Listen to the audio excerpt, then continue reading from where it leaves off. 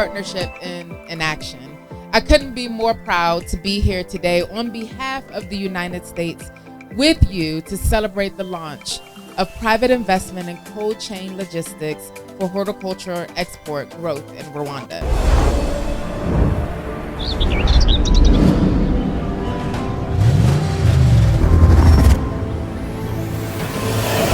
This initiative is also in line with the government of Rwanda's broader goals of increasing exports, improving livelihoods, and achieving sustainable economic growth. I would like to take this moment to express our deepest gratitude to Feed the Future Kungahara Wagura Amasoko for the support in providing cold trucks, because this support demonstrates an inspiring commitment to advancing trade, but also supporting local business.